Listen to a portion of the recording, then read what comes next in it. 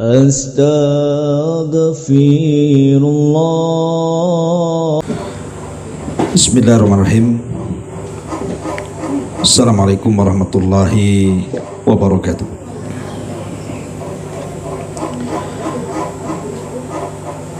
Alhamdulillah, wassalatu wassalamu ala rasulillah wa ala alihi wa sahbihi wa mawalah wa la hawla wa la quwata illa billahi wa ba'du. Alhamdulillah, di sore hari ini kembali bisa duduk untuk bertalabul ilmi. Salawat dan juga salam kita hadiahkan kepada Rasul kita Nabi besar Muhammad sallallahu alaihi wa ala alihi wasallam. Kita lanjutkan kajian kita, masih membahas kitab Firqatun Najiyah, dan kita masuk pada bab macam-macam dari syirik kecil. Di sini mu'allif rahimahullah ta'ala mengatakan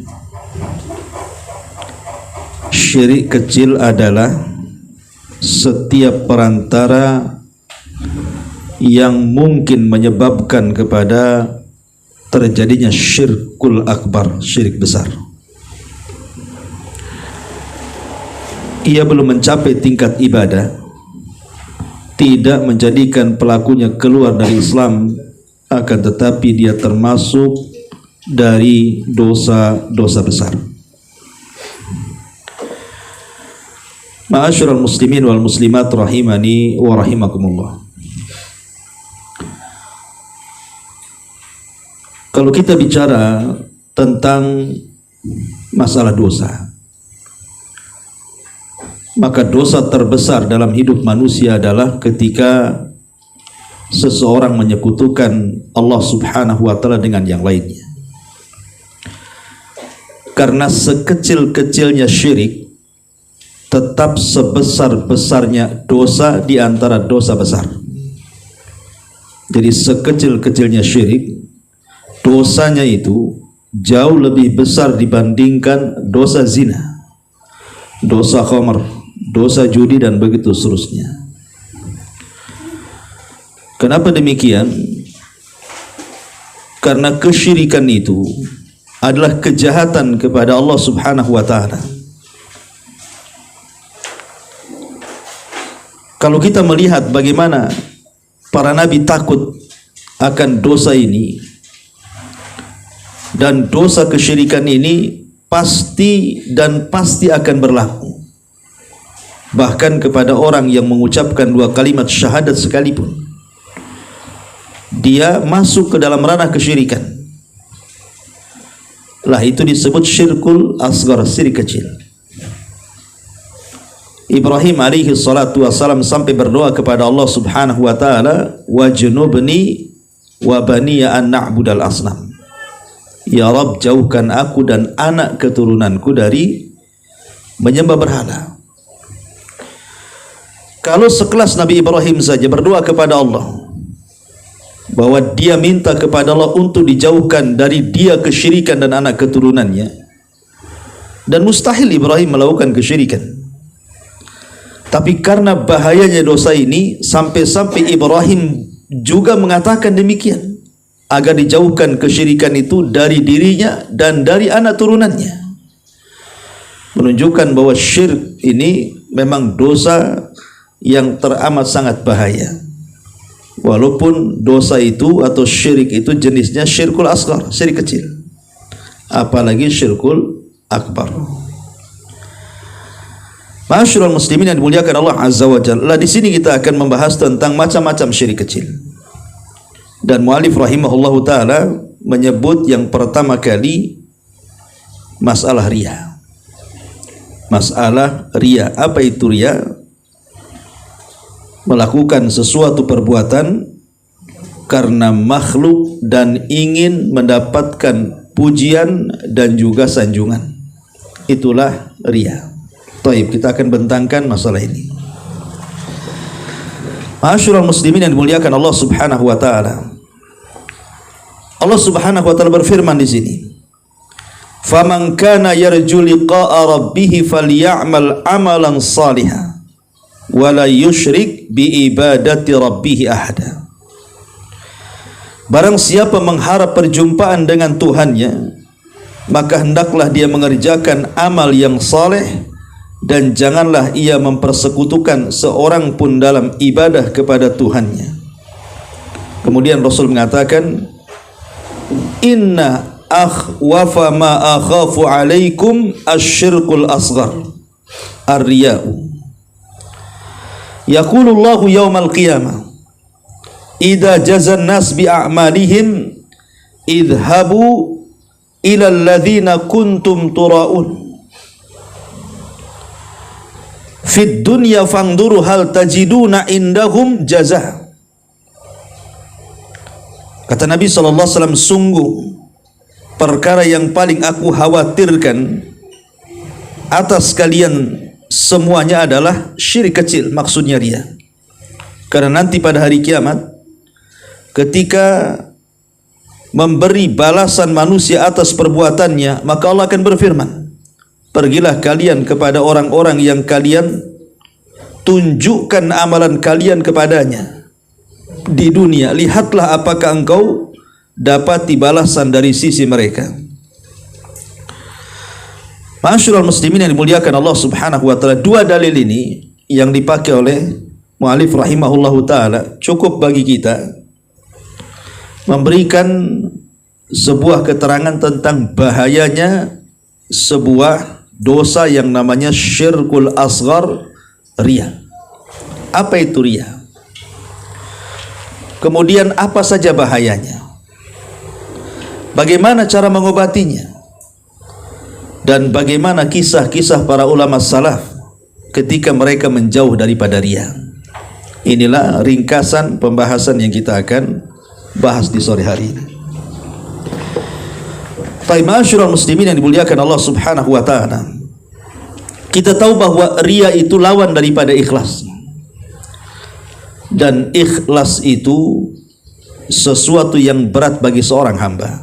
Sampai-sampai dikatakan oleh Sufyan Ats-Tsauri rahimahullahu taala, "Ma'allajtu syai'an asyad 'alayya min niyati.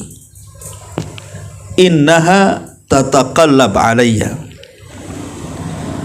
Kata Sufyan Ats-Tsauri rahimahullahu taala, tidak ada sesuatu penyakit yang sangat berat untuk diobati melebihi penyakit yang ada pada niatku. Kenapa demikian? Karena hati itu mudah berubah-ubah. Hati kita ini kan mudah berubah-ubah. Hari ini karena Allah, besok pula karena selain Allah. Makanya Sufyan Ats-Tsauri mengatakan paling sulit mengobati penyakit hati itu, maksudnya riya, karena hati kita ini mudah berubah. Hari ini karena Allah, besok karena manusia. Hari ini karena manusia, besok karena Allah. Dari sinilah maka Sufyan Ats-Tsauri mengatakan, inilah perkara yang berat dalam hidupku, mengobati penyakit hati yang berupa riya itu. Kemudian juga ketika ditanya seorang alim namanya Al-Imam At-Tustari rahimahullahu ta'ala, ayyu syai'in asyad ala nafsi, dikatakan kepada beliau, kira-kira sesuatu yang paling berat untuk diletakkan dalam jiwa itu apa? Maka beliau mengatakan al-ikhlas, keikhlasan. Ikhlas itu paling berat diletakkan dalam hati.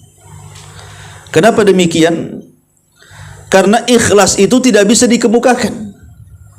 Orang yang mengatakan dirinya ikhlas, sesungguhnya dia tidak ikhlas. Kan ada orang tuh mengatakan ikhlas nggak? Ikhlas, ikhlas, ikhlas, masya Allah. Keras pula dia ngomong itu. Ikhlas, ikhlas. Ya. Lihat perkataan Al-Imam As-Susi rahimahullahu ta'ala. Beliau mengatakan, al-ikhlasu faqdu ru'yatil ikhlasi. Fa inna man syahada fi ikhlasihil ikhlasa faqad ihtaja ikhlasuhu ila ikhlasin. Ikhlas adalah hilangnya perasaan memandang bahwa dirinya sudah ikhlas. Jadi ikhlas itu adalah menghilangkan perasaan memandang bahwa dirinya sudah ikhlas. Karena barang siapa yang melihat tatkala dia sudah ikhlas bahwasannya ia adalah seorang yang ikhlas, maka keikhlasannya tersebut butuh pada keikhlasan lagi. Dari sini kita tahu bahwa orang yang mengatakan saya ikhlas itu sesungguhnya tidak ikhlas. Dan orang yang mengatakan saya ikhlas, sesungguhnya orang ini perlu diikhlaskan lagi. Karena ikhlas ini bukan ucapan kita, ikhlas itu perbuatan hati. Makanya Yusuf Ibnu Al-Husain Ar-Razi rahimahullahu ta'ala juga mengatakan, a'azzu syai'in fid dunya al-ikhlas. Wa kam ajtahidu fi isqatir riya'i an qalbi wa ka'annahu yambutu fihi ala launin akhar. Beliau mengatakan perkara yang paling berat di dunia adalah ikhlas. Betapa sering aku bersungguh-sungguh untuk menghilangkan riya dari hatiku, akan tetapi seakan-akan riya tersebut kembali muncul dalam hidupku. Ini yang ngomong Al-Imam Ar-Razi, seorang alim besar, ulama salaf. Ya. Dia mengatakan setiap hari loh aku bersungguh-sungguh menghilangkan riya itu, tapi selalu datang lagi. Kalau sekelas Al-Imam Ar-Razi rahimahullahu ta'ala mengatakan seperti itu, apalagi kita ini, kita siapa kan gitu. Belajar aja kurang. Tentu riya jauh lebih dekat kepada kita dibandingkan ikhlas. Masalahnya, pertanyaan pun muncul. Kenapa manusia itu paling suka dipuji orang? Kenapa paling senang? Kita kalau dipuji orang kok kayaknya senang banget gitu ya. Besar kepala, besar hidungnya. Kalau perlu ambil kaca langsung ngaca gitu ya. Ada apa dengan saya? Ini kan pertanyaan nih. Kenapa kita kok suka dipuji orang? Karena hati kita ini terpaut kepada manusia jauh lebih besar dibandingkan keterpautan hati kita kepada Allah. Itu masalahnya. Jadi ketergantungan hati kita kepada manusia itu jauh lebih besar dibandingkan ketergantungan kita kepada Allah. Itu yang menjadikan kenapa kita kalau dipuji itu saling senang sekali. Karena berhajatnya kita kepada manusia dibesarkan dibandingkan berhajatnya kita kepada Allah Azza wa Jalla. Padahal ikhwatu fiddin yang dimuliakan Allah Azza wa Jalla, logika. Ya, logika saja. Kalau seandainya saya buat makanan lezat, enak, ya, kemudian saya hadiahkan kepada antum, kemudian antum kasih makanan itu kepada tamu antum, kemudian tamu ini merasa lezat makanan yang antum kasih kepadanya, kemudian dipujilah makanan itu. Sebenarnya yang memuji itu, dia sedang memuji antum atau memuji saya yang membuat makanan itu? Kan begitu logikanya kan? Ya. Saya masak, anggap saya buat rawon umpamanya. Kemudian saya hadiahkan kepada antum. Antum pula hadiahkan kepada orang. Orang yang antum hadiahi itu memuji, rawonnya enak Ustadz. Ya. Umpamanya antum, oh akhi ini rawonnya enak sekali. Masya Allah, antum pandai buat, wah luar biasa. Sebenarnya orang itu sedang memuji antum atau memuji saya itu? Memuji yang membuatnya kan? Harusnya antum ngomong, Afan ini bukan buatan saya, ini buatan Ustadz. Harusnya kan begitu. Tapi antum tutupi itu. Antum tutupi, tidak mau mengatakan itu buatan orang. Antum malah katakan itu buatan saya. Berarti hakikatnya antum itu sedang berdusta. Jadi kalau ada orang memuji amalan kita, kebaikan kita, hakikatnya yang dipuji itu bukan kita tapi Allah sebenarnya. Kembali kepada Allah semuanya sebenarnya. Karena kita ini kan nggak punya apa-apa, ya. Kalaupun seandainya kita diberikan jabatan, diberikan pangkat, diberikan kekayaan, itu kan Allah yang kasih. Kemudian tiba-tiba manusia yang lain memuji pangkat, jabatan, kekayaan kita, hakikatnya dia sedang memuji yang memberikan itu, bukan kita yang menerima. Jadi apa kemudian masalahnya? Kemudian orang itu kemudian malah lebih cenderung menyembah manusia dibandingkan menyembah Allah. Orang ria itu kan menyembah manusia sebenarnya. Loh, kita yang menciptakan Allah, kenapa kita kemudian menyembah manusia? Jangan menyembah manusia. Manusia itu tidak punya apa-apa. Bahkan ini ada ucapan yang sangat dalam kata para ulama. Ketika manusia memuji kita itu, hakikatnya bukan kita yang dipuji, tapi casingnya yang dipuji itu. Kenapa demikian? Karena Allah Subhanahu wa ta'ala menutup aib kita di hadapannya. Jadi yang dipuji itu bukan kita, tapi penutupnya. Kita ini ditutup oleh penutup, oleh Allah, sehingga aib kita tidak terbongkar. Coba kalau seandainya aib kita dibongkar oleh Allah Azza wa Jalla, kira-kira ada yang memuji kita? Nggak ada. Nggak ada orang. Bahkan kalau seandainya setiap dosa itu ada baunya, mungkin orang tidak akan duduk di samping kita, ikhwan. Tetapi Allah itu salah satu namanya adalah As-Sittir. Innallaha sittirun yuhibbus sitra. Allah itu sittir, maha penghalang, yang menghalangi aib-aib kita sehingga tidak tampak di hadapan manusia lainnya. Kalau seandainya aib kita ini kemudian dicabut oleh Allah Subhanahu wa ta'ala penghalangnya, sehingga manusia tahu semua aib kita, nggak ada satu manusia menghormati yang lainnya. Jadi ketika manusia memuji kita itu, hakikatnya yang dipuji itulah sitrullah, penghalang Allah sebenarnya, sehingga aib kita tidak nampak di hadapan manusia. Sebab kalau nampak, nggak ada orang muji kita. Makanya mulianya manusia di hadapan manusia yang lain itu karena Allah masih menutup aib kita. Itu intinya.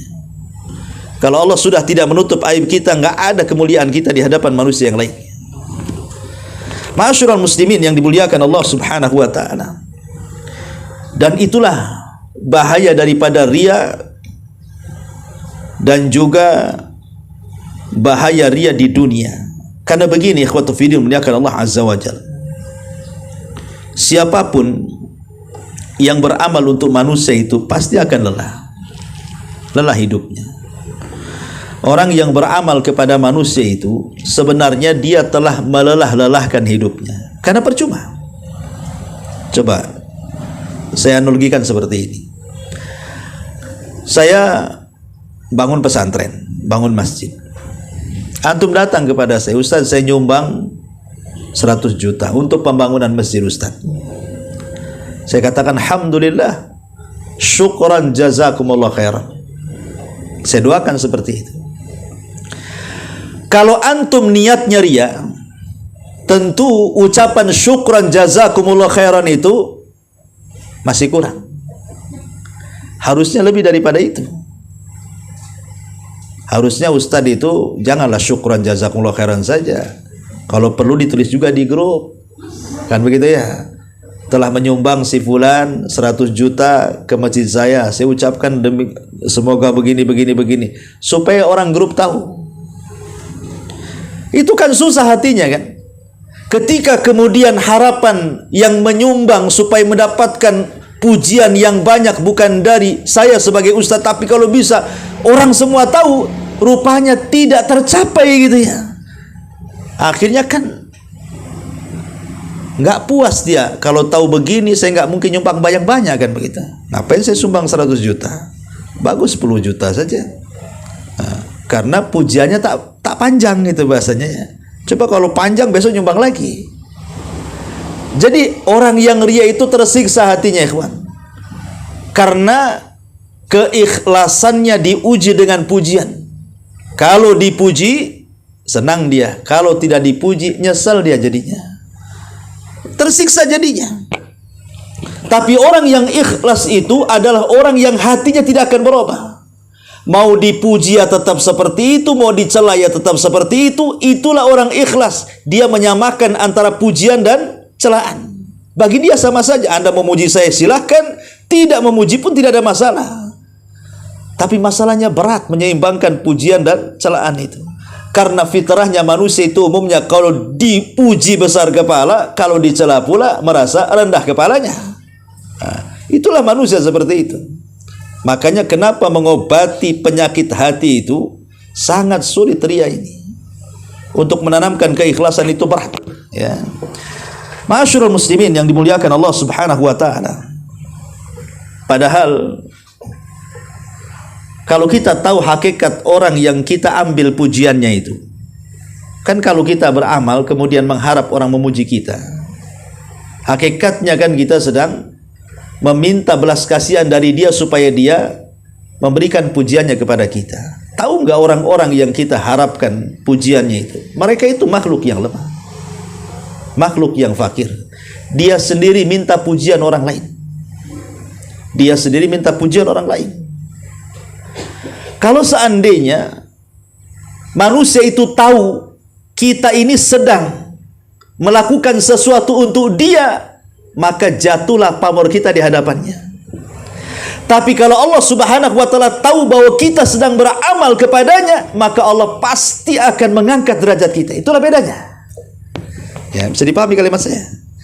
Jadi kalau seandainya kita ini beramal nih, dalam hati kita kan amalan kita supaya orang itu muji kita kan. Orang itu kan tidak tahu kalau tujuan kita itu beramal untuk dia, supaya dia muji kita, ya, dengan kebaikan kita. Seandainya dia tahu kalau kita ini sedang beramal untuk dia supaya dapat pujian dia, berarti kita di mata dia itu rendah karena kita sedang bekerja untuk dia. Tapi kalau kita beribadah, bekerja untuk Allah Subhanahu wa taala, dan Allah tahu kita sedang beribadah kepadanya, maka Allah akan mengangkat derajat kita. Itulah bedanya bekerja kepada manusia dengan bekerja kepada Allah Subhanahu wa taala. Ya, kalau antum bekerja kepada saya anggap antum lebih rendah daripada saya, kan begitu logikanya. Antum jadi pembantu saya, berarti derajat antum itu di bawah saya. Antum jadi pelayan saya, berarti saya bosnya. Ya, jadi antum jatuh di mata manusia. Tapi kalau antum beribadah kepada Allah Azza wa Jalla, antum tidak jatuh di mata Allah, tapi antum diangkat derajatnya. Itulah yang ikhlas tuh. Ya. Baik, ma'asyiral muslimin yang dimuliakan Allah Azza wa Jalla, kita akan memerinci tentang bahaya-bahayanya dulu. Apa sih bahayanya ria itu? Baru kita masuk bagaimana cara mengobatinya. Yang pertama, bahaya ria itu sebutkan oleh para ulama, bahaya ria adalah asyaddu fatkan, ar-riyau akhtaru alal muslimin minal masihid dajjal. Yang pertama, ria itu lebih bahaya dibandingkan fitnah dajjal. Bayangkan, sebesar-besar fitnah kata Rasul, sejak diciptakan Adam sampai kiamat dibangkitkan adalah fitnah dajjal.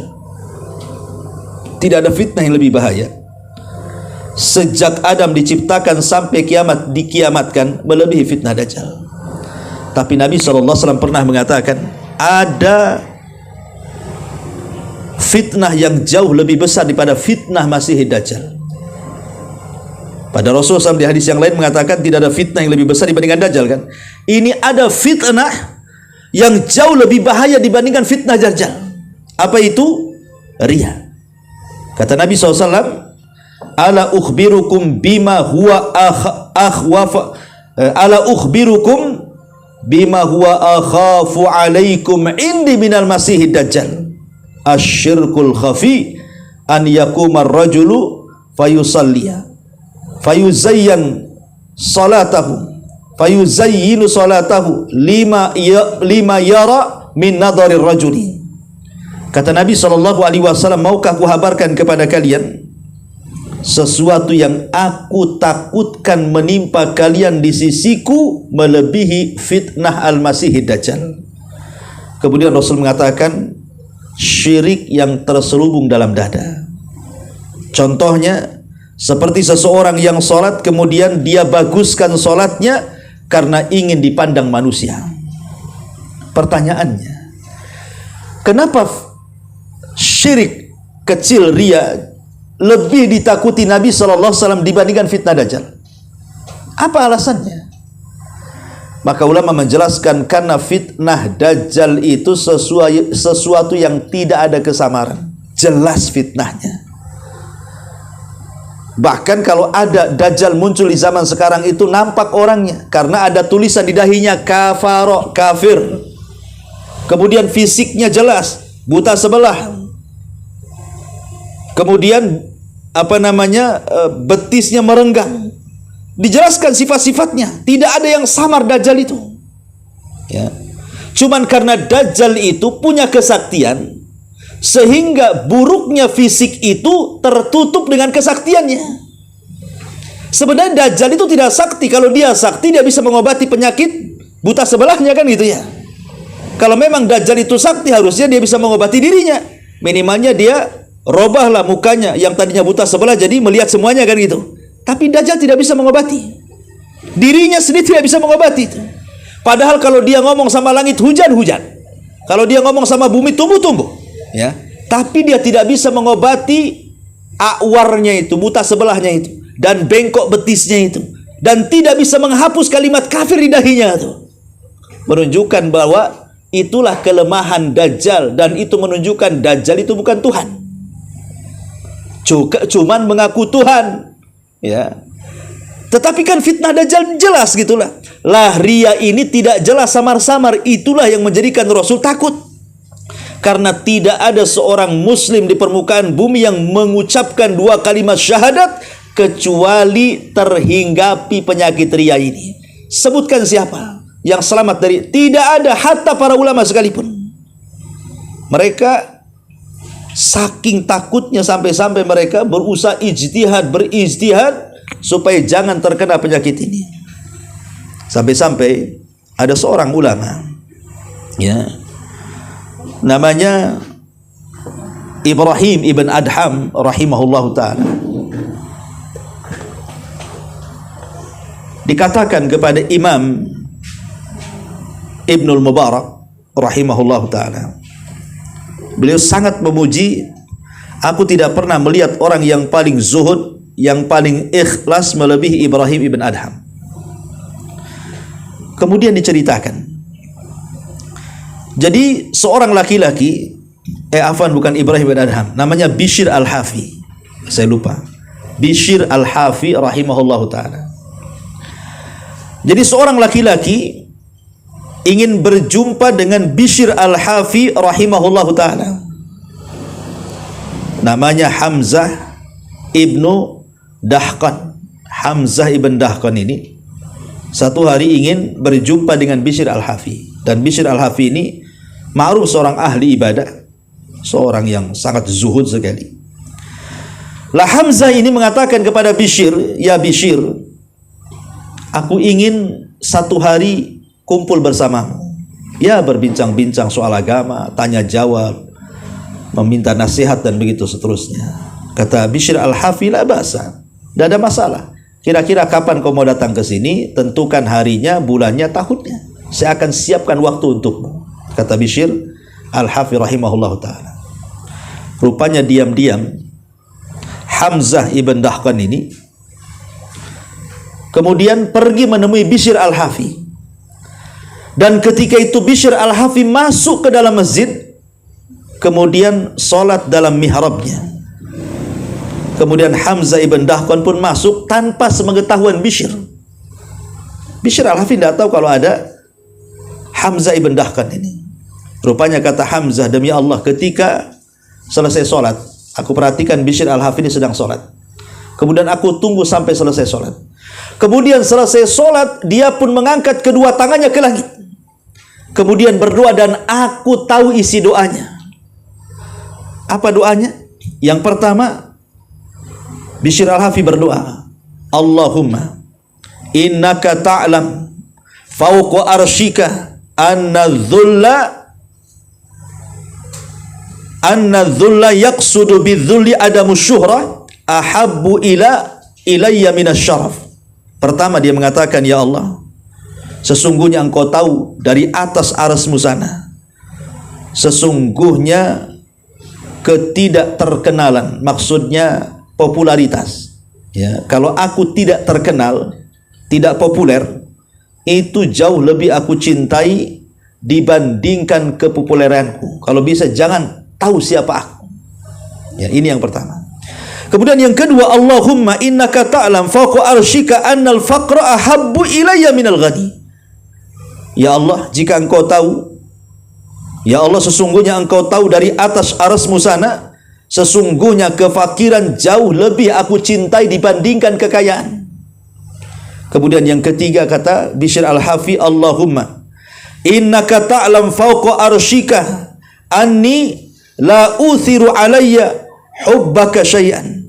Dia mengatakan, ya Allah, engkau tahu dari atas arasmu sana, sesungguhnya tidak mungkin kecintaanku kepadamu tergantikan oleh siapapun. Ketika Hamzah ibn Dahqani mendengar 3 doa yang dipanjatkan oleh Bishr al-Hafi, tiba-tiba dia menangis. Lah Bishr al-Hafi ini kan ketika berdoa, ketika sholat, dia tidak tahu kalau ada orang di belakangnya. Tiba-tiba dia mendengar tangisan di belakangnya.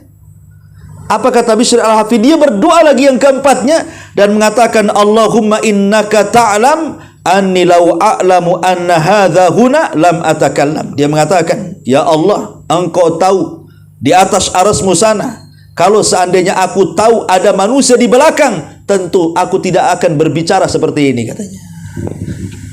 Tidak mungkin saya berdoa sampai dia dengar gitu. Tentu aku akan berdoa dalam hatiku gitu. Lihat bagaimana para ulama ini, ya, saking takutnya amalan ibadahnya diketahui manusia itu, sampai dia mengatakan seperti itu. Kalau aku tahu ada orang yang memperhatikan aku, tentu aku berusaha untuk menyembunyikannya, gitu maksudnya. Tapi kan di zaman sekarang mana yang ada justru mengeluarkannya, bukan menyembunyikannya. Kalau perlu orang semua tahulah bahwa yang melakukan ini itu saya, kan begitu ya. Itulah bedanya kita dengan para ulama dulu. Makanya kenapa kemudian riya ini sesuatu yang sangat dahsyat melebihi fitnah Dajjal. Ini yang pertama. Kemudian yang kedua, disebutkan para ulama bahwa riya ini asyaddu fatkan minadh-dhi'bi fil ghanami. Riya ini jauh lebih dahsyat kerusakannya dibandingkan serigala saat menerkam seekor seekor kambing. Sebutkan dalam hadis Nabi SAW mengatakan, ma dhi'bani ja'iani ursila fi ghanamin bi afsada min hirsil mar'i 'alal mali wasyarafi lidini. Tidaklah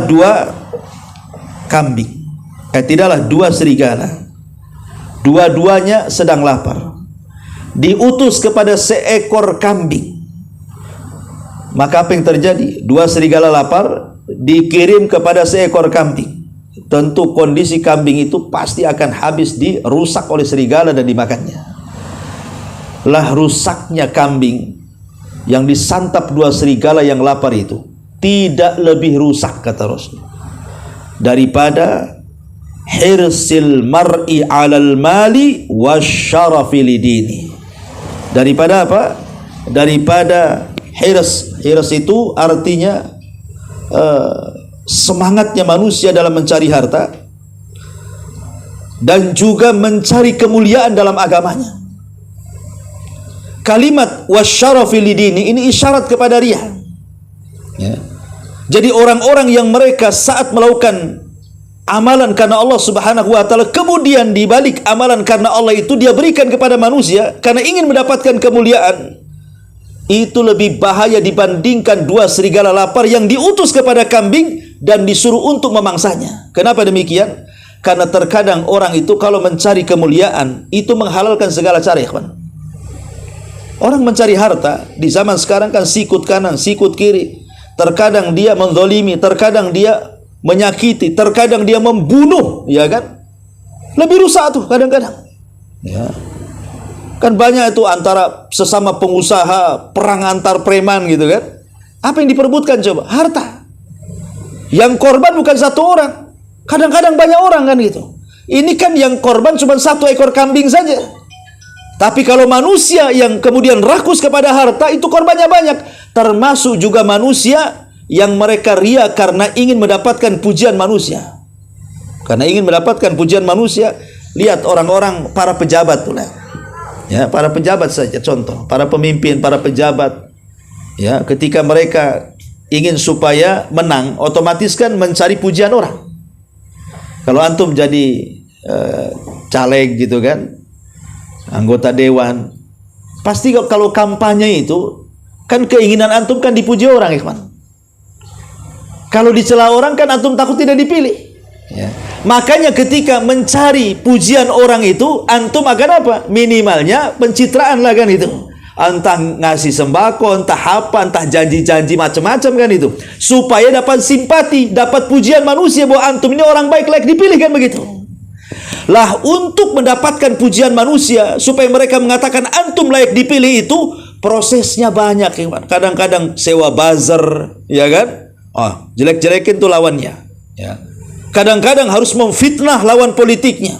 Terkadang harus menyakiti lawan politiknya. Apapun cara pasti akan dilakukannya.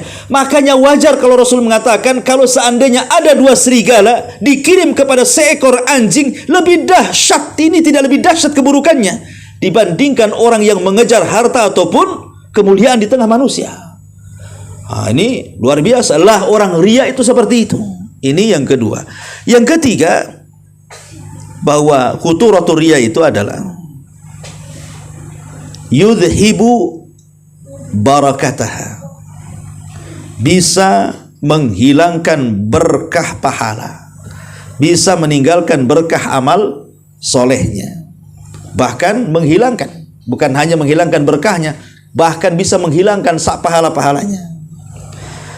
Disebutkan dalam sebuah ayat dalam surah Al-Baqarah ayat 266, Allah mengatakan, ayawaddu ahadukum an takuna lahu jannatun min nakhilin wa a'nabin tajri min tahtihal anhar lahu fiha min kulli thamarat wa asabahul kibaru wa lahu dhurriyyatun dhi'afa fa asabaha i'sarun fihi narun fahtarakat kadzalika yubayyinullahu lakumul ayat la'allakum tatafakkarun. Apakah ada salah seorang di antara kamu yang ingin mempunyai kebun kurma dan anggur yang mengalir di bawahnya sungai-sungai? Dia mempunyai dalam kebun itu segala macam buah-buahan, kemudian datanglah masa tua pada orang itu sedang dia mempunyai keturunan yang masih kecil-kecil. Maka kebun itu ditiup angin keras yang mengandung api, lalu terbakarlah. Demikianlah Allah menerangkan ayat-ayatnya kepada kamu supaya kamu memikirkannya. Apa sih maksudnya ayat ini? Ya. Ayat ini mengatakan seperti ini. Jadi ada orang yang sudah mengumpulkan harta. Jadi dia sudah mengumpulkan harta berupa kebun kurma gitu ya, anggur, kemudian mengalir di bawah kebunnya. Kemudian setelah numpuk kekayaannya, karena dia mencari dari muda, akhirnya dia pun menua. Ketika sudah kaya tua, kemudian dia punya anak kecil. Tiba-tiba Allah datangkan azab. Allah bakar semua hartanya. Allah ludeskan. Ya. Maka apa yang terjadi? Harapannya itu tidak ada lagi untuk anak-anaknya kan. Dia sendiri hilang kebahagiaannya kalau lelah letih mencari harta setelah kaya kemudian jadi miskin, dan dia tidak bisa mewariskan kepada anak-anaknya. Begitulah orang yang ria, kata para ulama. Ya, orang ria itu hakikatnya seolah-olah Anda sedang menumpuk-numpukan harta. Maksudnya menumpuk-numpuk pahala dengan banyak sholat, banyak baca Quran, banyak berzikir gitu. Tapi rupanya setelah nanti pada hari kiamat antum mau menuai pahala itu, rupanya nggak ada apa-apa. Kenapa? Karena antum sudah berikan kepada manusia yang hendak meminta pujian kepada kita. Jadi nggak dapat apa-apa jadinya. Bahasa Quran itu amilatun nasibah tasla naran hamiyah. Lelah letih bekerja, ujung-ujungnya masuk neraka gitu maksudnya. Nah inilah juga bahaya ria. Kemudian juga yang ketiga, yang keempat, bahaya ria itu disebutkan juga adalah sebab datangnya adab pada hari kiamat. Bahkan 3 manusia yang tersentuh pertama kali dengan neraka itu justru orang ria. Ya, di antara 3 manusia yang secara zahir itu punya amalan besar, tapi justru 3 orang inilah yang pertama kali disentuh api neraka. Apa kata Rasul dalam hadis Abi Hurairah radhiyallahu anhu?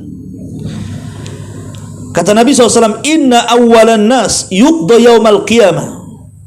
Sesungguhnya manusia yang pertama kali akan dihisab urusannya pada hari kiamat. Dalam riwayat, man tusyu'ira bihin nar, yang pertama kali disentuh api neraka. Kemudian Nabi SAW menyebutkan 3 manusia. Pertama, orang yang mati syahid. Yang kedua, orang yang bersedekah. Yang ketiga, orang yang mengajarkan Al-Quran. Coba, 3 perkara ini amalan yang luar biasa kan. Pertama, orang mati syahid. Orang mati syahid itu masuk surga tanpa hisab loh ya. Yang kedua, orang yang mengajarkan Quran. Rasul mengatakan, sebaik-baik kalianlah orang yang belajar Quran dan mengajarkannya. Kemudian yang ketiga, pakar sedekah ya. Tetapi kata Nabi SAW, 3-tiganya dimasukkan ke neraka, dan mereka lah orang yang pertama kali disentuh api neraka. Kenapa? Harusnya 3 manusia ini kan masuk surga. Kenapa pula mereka menjadi orang yang disentuh api neraka pertama kali? Karena yang satu, orang yang mati syahid, saat dihadapkan kepada Allah, itu kan dibuatkan layar tancap tuh ya. Di mana layar tancap itu difilmkan bagaimana dulu dia berjihad, berperang, nampak tuh bagaimana dia menghunus pedang, bagaimana dia naik di atas kuda, bagaimana dia guling-guling, bagaimana dia tertebas, dan begitu selesai sampai mati syahid. Kemudian Allah mengatakan, lihat tuh filmmu tuh, betul itu kamu? Dia mengatakan, ya itu saya ya Rabb. Dengan bangganya, itu saya wahai Rabb tuh ya. Itu yang jatuh, yang naik unta, yang pegang pedang, itu saya itu. Kemudian Allah mengatakan, apa yang kau amalkan di situ? Maka dia mengatakan, ustushhidtu fik, aku mati syahid karenamu ya Rabb. Lihat, itu aku yang mati syahid karenamu. Tapi Allah mengatakan, kadzabta, dusta kamu. Dusta kamu ya. Kamu itu berperang dalam film itu supaya manusia mengatakan engkau ini seorang pahlawan, dan itu sudah ma'ruf bagimu. Akhirnya dia pun terdiam. Kata Allah, wahai malaikat, seret orang ini, masukkan ke neraka ya. Kemudian setelah itu didatangkan lagi seorang pembaca Quran, ditampakkan lagi layar tancapnya, bagaimana dulu dia di dunia, murid-muridnya banyak, dia mengajar Quran, suaranya paling indah, dan begitu seterusnya. Kemudian Allah mengatakan, betul itu kamu tuh? Oh ya, itu saya ya Rabb ya. Kemudian Allah mengatakan, madza amilta fi, apa yang kau amalkan di situ? Dia mengatakan, qara'tu fikal Quran, aku baca Quran untukmu loh ya. Lihat bagaimana aku setiap hari lelah letih mengajarkan manusia itu untukmu ya Rabb. Tapi Allah mengatakan, kadzabta, dusta kamu. Dusta, engkau mengajar Quran itu supaya orang mengatakan kau seorang qari, seorang pembaca Quran hebat, dan itu sudah ma'ruf darimu. Maka Allah memanggil malaikat, seret, masukkan dia ke neraka. Dan yang terakhir, pakar sedekah, juga sama ditampakkan di layar tancapkan tuh. Bagaimana setiap hari dia nenteng harta ke sana kemari, masuk ke yayasan panti asuhan, masuk ke masjid, masuk ke macam-macam, tidak ada tempat yang disumbang kecuali disumbang. Sampai Allah mengatakan, betul itu kamu? Oh iya Rabb, itu saya itu. Yang nenteng-nenteng harta untuk saya sedekahkan tuh, saya itu setiap hari, setiap detik, setiap bulan itu. Tidak ada tempat yang butuh sumbangan kecuali aku sedekah di situ. Kemudian Allah mengatakan, untuk apa kau bersedekah di situ? Dia mengatakan, tasaddaqtu fika ya Rabb, aku bersedekah karenamu. Tapi Allah mengatakan, kadzabta, dusta. Dusta kamu. Engkau bersedekah itu supaya orang mengatakan engkau ini seorang dermawan, bukan karena aku. Maka Allah katakan kepada para malaikat, seret, masukkan ia ke neraka. Lihat, dari sini menunjukkan 3 orang ini harusnya masuk surga. Justru orang yang pertama disentuh api neraka. Apa dosanya coba? Apakah dosanya membunuh orang? Dia tidak membunuh orang. Apa dosanya menzalimi orang? Dia tidak menzalimi orang. Dia tidak mengambil hak orang. Dosanya cuma 1 ya, karena dia beramal bukan karena Allah. Ria, karena ingin dipuji orang. Itu yang menjadikan dia masuk neraka ya. Makanya ini yang keempat, bahwa di antara azab bagi orang ria adalah penyebab datangnya azab. Baik, karena waktu juga yang singkat. Kemudian yang nomor 5, ria bisa mewarisi adzul wassighar, kehinaan dan juga kerendahan. Karena nanti pada hari kiamat Rasul mengatakan, man samma as-samma Allahu bi, wa man yura'i yura'illahu bi. Barang siapa yang memperdengarkan amalannya kepada manusia, maka Allah akan memperdengarkan tentangnya kelak pada hari kiamat. Dan barang siapa yang memperlihatkan riya karena manusia, maka Allah akan memperlihatkan tentangnya pada hari kiamat. Jadi Allah akan mempermalukan kita pada hari kiamat. Ya. Dia nyumbang itu bukan karenamu, bukan karenaku, tapi karena dia begini-begini. Malu dia di hadapan manusia kelak pada hari kiamat. Kemudian yang nomor 6, riya itu bisa mengharamkan tidak mendapatkan pahala sama sekali dan tidak dapat bagian kelak pada hari kiamat. Kemudian juga riya menyebabkan kelemahan bagi kaum muslimin. Karena Rasul mengatakan innama yansurullahu li hadhil ummah bi dhaifiha bi da'watihim wa salatihim wa ikhlasihim. Sesungguhnya Allah menolong umat ini dari orang-orang lemahnya karena doa mereka, salat mereka dan keikhlasan mereka. Ini menunjukkan bahwa ikhlas lawan daripada riya. Berarti kalau ikhlas kuatlah umat ini, kalau riya lemahlah umat ini. Kemudian yang nomor 8, riya yazidud dhalal, bisa menambah kesesatan. Sebagaimana disebutkan dalam Al-Qur'an, yukhadi'una Allah walladzina amanu wa ma yakhda'una illa anfusahum wa ma yash'urun fi qulubihim maradun fazadahumullahu marada wa lahum adzabun alimum bima kanu yakdzibun. Mereka hendak menipu Allah dan orang-orang yang beriman, dan tidaklah mereka menipu kecuali mereka sedang menipu diri mereka sendiri dan mereka tidak sadar dalam hati mereka ada penyakit, maka Allah tambah penyakitnya, Allah tambah sesatnya, gitu maksudnya. Maka orang riya itu justru menambah kesesatan dan banyak lagi. Ya, taib. Sekarang masuk bagaimana cara mengobatinya secara ringkas. Bagaimana cara mengobati ikhlas? Apakah perlu kita datang ke awal bros atau kemana gitu, ke rumah sakit, tolong dok bedah dada saya, ambil jantungnya, jangan kau pasang lagi. Ya, kira-kira hidup nggak tuh orang tuh? Matilah, nggak ada jantungnya. Ya, bukan begitu mengobati, karena mustahil mengobati riya seperti itu. Yang pertama, al-ihtimam binadharil khaliq lal makhluk. Berikan perhatian, pandang Allah, jangan pandang makhluk. Pandang Allah, jangan pandang makhluk. Kenapa kita harus memandang Allah dan tidak memandang makhluk? Karena makhluk ini fakir, Allah ini kaya. Makhluk ini bergantung kepada Allah dan Allah tidak pernah bergantung kepada makhluknya. Bahkan orang yang kita gantungi, dia pun mencari gantungan kepada Allah Azza wa Jalla. Lalu buat apa kita bergantung kepada orang yang dia sendiri mencari gantungan? Maka Allah Subhanahu wa taala adalah zat yang maha segalanya. Yang kedua, istiwa'udz zahir wal batin. Samakan perkara itu, baik yang tampak ataupun yang tidak tampak. Kita beribadah saat ramai orang dan ketika beribadah saat sepi orang, samakan. Ya, jangan ketika ramai orang panjang pula rakaatnya, ya, bagus pula suaranya. Ketika sendirian ngebut pula solatnya. Kemudian tidak baca surat Al-Fatihah langsung ruku lagi. Nah, ini kan parah ini kan. Karena bukan mengejar pahala, itu ngejar rakaat namanya. Yang penting cepat selesai, rukun-rukunnya terpenuhi, soal wajib sunnahnya lewat. Ya. Jadi kalau bisa samakan antara ibadah di hadapan orang dengan ibadah ketika tidak ada orang. Kemudian yang ketiga, samakan juga al-madhi wad-dam. Samakan juga antara celaan dan juga pujian.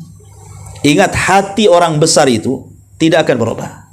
Hati orang mulia itu tidak akan berubah. Bahasa ulama itu qulubul udhama la tataghayyar.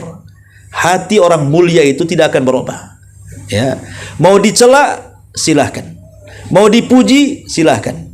Bukan karena pujian saya terangkat, bukan pula karena celaan saya jatuh. Karena sehebat apapun manusia memuji kita, atau sehebat apapun manusia mencela kita, jangan sampai kita menjadi mulia karena pujian, jatuh pula karena celaan. Tapi samakan saja. Karena terkadang orang-orang yang memuji kita saat kita di atas, dia pula yang meletakkan tangan di muka saat kita jatuh. Lalu apa gunanya? Nggak ada gunanya jadinya. Ya, makanya samakan antara pujian dan juga celaan. Memang agak berat gitu ya, karena hati manusia itu kan cenderung ingin dipuji, itu masalahnya. Dan harus dilatih. Harus dilatih memang betul-betul. Kemudian juga yang keempat, ada ru'yatil a'mal. Jangan terlampau menghitung-hitung amal sendiri. Saya kan sudah sholat, saya sudah zakat, saya sudah puasa, apa lagi ya? Jangan begitu. Ya. Jangan pernah menghitung-hitung amal. Yang penting beramal saja. Kalau orang menghitung-hitung amal itu nanti cenderung riya masalahnya. Saya masih mending daripada dia. Gitu nantinya. Masih mending saya masih sholat malam, dia nggak pernah sholat malam tuh. Ya. Saya masih mending hadir di pengajian, itu nggak pernah hadir pengajian. Ngapain coba membanggakan diri? Itu riya, itu sama dengan riya itu. Ya. Kemudian juga yang nomor 5, nisyanu iqtida'i thawabil amal fil akhirah. Melupakan pahala amalan kelak pada hari kiamat. Artinya jangan berpikir bagaimana nanti, bagaimana esok. Beramal saja, gitu maksudnya. Ya.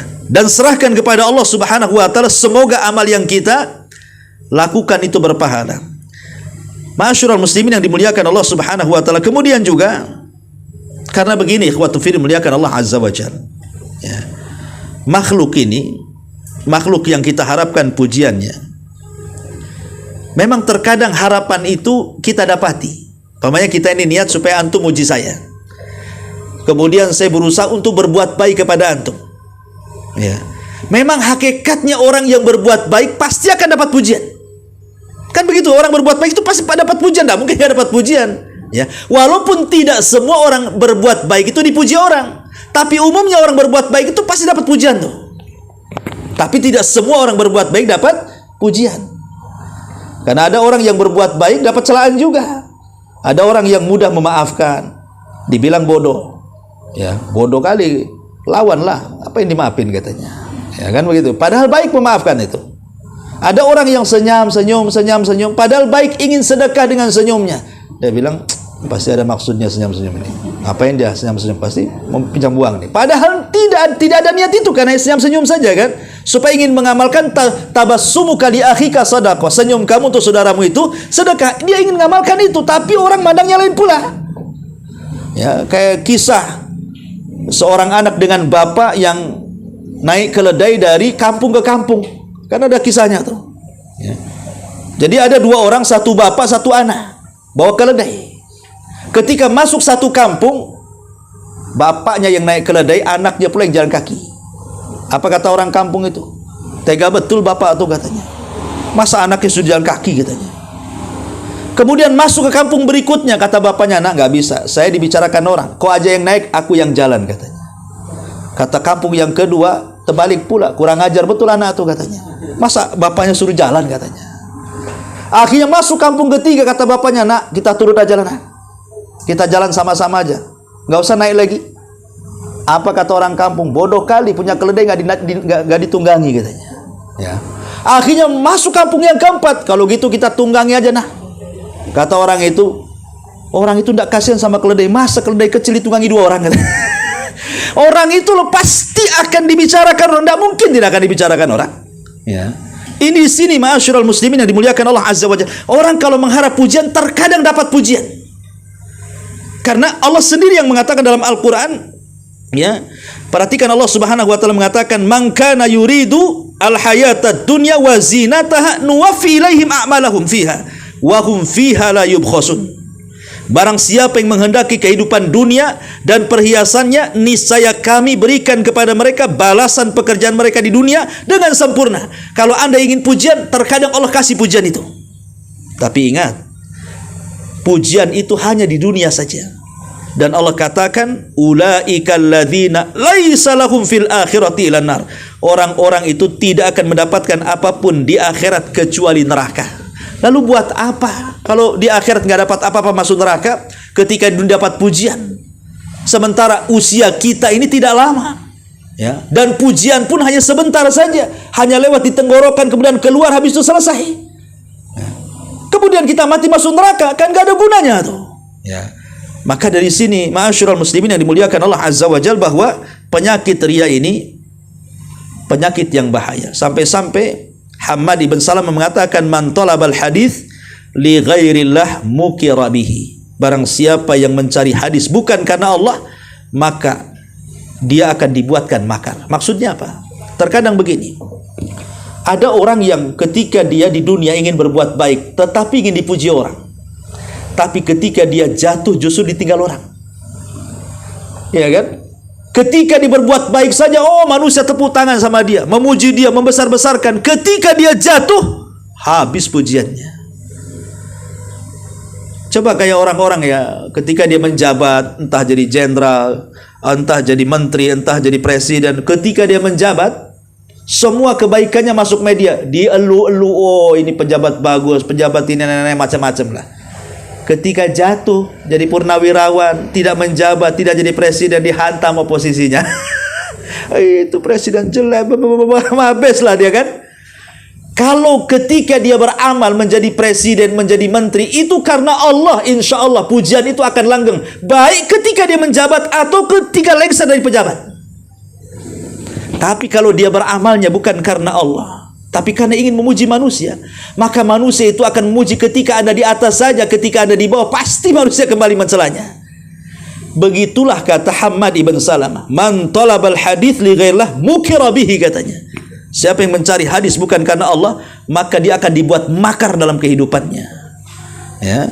Taib, ma'asyiral muslimin yang dimuliakan Allah Azza wa Jalla. Ini juga di antara solusi. Bagaimana caranya supaya tidak jatuh kepada riya tadi. Kemudian juga yang selanjutnya al-hirsu ala kitmanil amal wa ikhfaihi. Bersemangat untuk menyembunyikan amal dan tidak menampakkan kepada manusia. Dan ini sangat berat sekali ya, karena kalau kita melihat beberapa kisah poin yang ini, contoh saja dijelaskan Abdurrahman ibn Abi Layla, beliau sholat di rumahnya. Fa idza sya'ara, kalau dia merasakan bahwa ada seseorang yang akan melihat dirinya sedang sholat, dia langsung menyegerakan sholatnya, kemudian nama ala firashihi, dia pun pura-pura tidur di atas kasurnya. Jadi kalau dia sholat nih, adalah keluarganya, entah saudaranya, entah kerabatnya, entah keponakannya gitu, mungkin terbangun dari malam, takut kalau dia seandainya ketahuan sedang sholat, dia segerakan sholatnya, kemudian salam, langsung pura-pura tidur. Bahkan dia sengaja mengorok-ngorokkan tidurnya supaya orang menyangka orang itu paling banyak tidurnya, katanya. Padahal dia orang paling banyak sholat malamnya. Nah, kalau ucapan itu kepada kita betul paling banyak tidurnya kan itu. Gitu ya. Tapi lihat bagaimana para ulama itu menyembunyikan amalnya sedemikian sampai pura-pura tidur loh. Ya. Sampai-sampai ada ulama itu kalau membaca Quran, kemudian lewat orang, itu Qurannya pura-pura ditutup sama sorbannya supaya orang tidak tahu dia sedang membaca Quran. Bahkan ada seorang alim sedang mengajar, kemudian datang kepada ayat-ayat soal azab neraka, dia pun sedih, hampir menangis. Kemudian dia berusaha untuk kemudian pura-pura bersin. Ketika ditanya ketika murid-muridnya bertanya, maka dia mengatakan aku sedang flu, katanya. Padahal sedang menangis dia. Begitulah ulama menyembunyikan amalnya, karena bagaimanapun ikhwatu fiddin muliakan Allah Azza wa Jal, bahwa menyembunyikan amal itu salah satu terberat bagi kehidupan kita, tetapi itu pula menjadi obat terbesar dalam memerangi riya. Wallahu a'lam bishawab. Pembahasan riya ini panjang sekali ya. Tidak bisa sekali dua kali pertemuan, tapi mungkin bisa kita cerna dari pembahasan kita dari awal sampai akhir betapa bahayanya penyakit riya ini. Semoga kita dihindarkan dari penyakit riya dengan doa yang diajarkan Nabi SAW. Allahumma inni a'udzubika an usyrika bika wa ana a'lam wa a'udzubika bima la a'lam. Aku berlindung kepadamu ya Rabb dari kesyirikan yang aku ketahui atau kesyirikan yang tidak aku ketahui. Bacalah doa ini selepas sholat wajib. Ya, Rasulullah SAW mengajarkan doa ini dibaca selepas sholat wajib. Masukkan dalam zikir sholat. Ya, Allahumma inni a'udzubika an usyrika bika wa ana a'lam wa a'udzubika bima la a'lam. Ya Allah, aku berlindung kepadamu dari kesyirikan yang aku ketahui atau dari kesyirikan yang aku tidak ketahui. Ya, itu salah satu juga obat supaya kita terhindar dari kesyirikan. Subhanakallahumma bihamdika asyhadu an la ilaha illa anta astaghfiruka wa atubu ilaik. Allahu ta'ala. Assalamualaikum warahmatullahi wabarakatuh.